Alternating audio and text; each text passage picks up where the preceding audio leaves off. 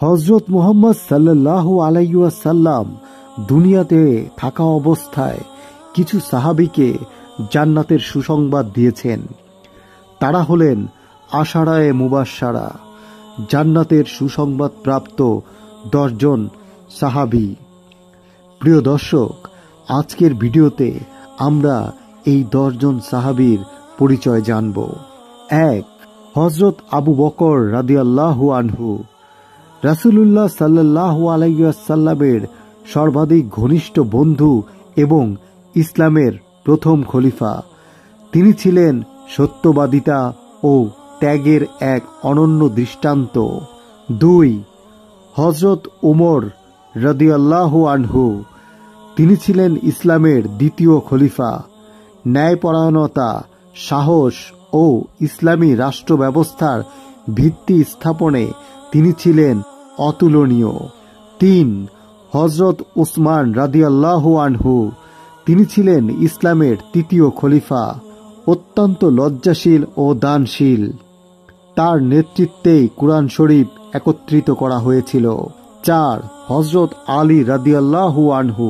তিনি ছিলেন ইসলামের চতুর্থ খলিফা এবং হযরত মুহাম্মদ সাল্লাল্লাহু আলাইহি ওয়াসাল্লামের চাচাতো ভাই ও জামাতা। সাহস, জ্ঞান এবং ন্যায়পরায়ণতার জন্য তিনি ছিলেন অত্যন্ত সুপরিচিত। 5. তালহা ইবন উবাইদুল্লাহ রাদিয়াল্লাহু আনহু। তিনি ছিলেন উহুদের যুদ্ধের বীর। রাসূলুল্লাহ সাল্লাল্লাহু আলাইহি ওয়াসাল্লামের রক্ষায় নিজের দেহকে ঢাল বানিয়েছিলেন। 6. জুবায়ের ইবনুল আওয়াম রাদিয়াল্লাহু আনহু। রাসূলুল্লাহ সাল্লাল্লাহু আলাইহি ওয়াসাল্লামের আত্মীয় ও সাহসী যোদ্ধা। ইসলামের জন্য অসংখ্য যুদ্ধে অংশগ্রহণ করেছেন। 7. আব্দুর রহমান ইবন আওফ রাদিয়াল্লাহু আনহু। তিনি ছিলেন ধনবান সাহাবী। তার দানশীলতা ও উদারতার জন্য তিনি আজও স্মরণীয় হয়ে আছেন। 8. সাদ ইবন আবি ওয়াকাস রাদিয়াল্লাহু আনহু।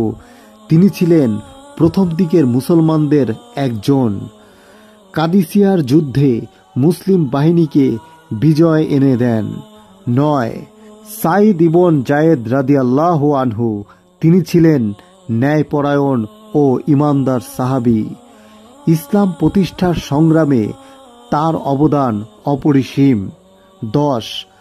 আবু উবাইদা ইবনুল জাররাহ রাদিয়াল্লাহু আনহু। রাসূলুল্লাহ সাল্লাল্লাহু আলাইহি ওয়াসাল্লাম তাকে বলেছেন আমিনুল উম্মার বিশ্বস্ততম ব্যক্তি। তিনি ছিলেন এক অনন্য নেতা ও যোদ্ধা। এনারাই হলেন সেই 10 মহিমান্বিত সাহাবী যারা জীবিত অবস্থাতেই জান্নাতের সুসংবাদ পেয়েছিলেন। তাদের জীবন আমাদের জন্য আদর্শ, তাদের ঈমান আমাদের জন্য পথ প্রদর্শক।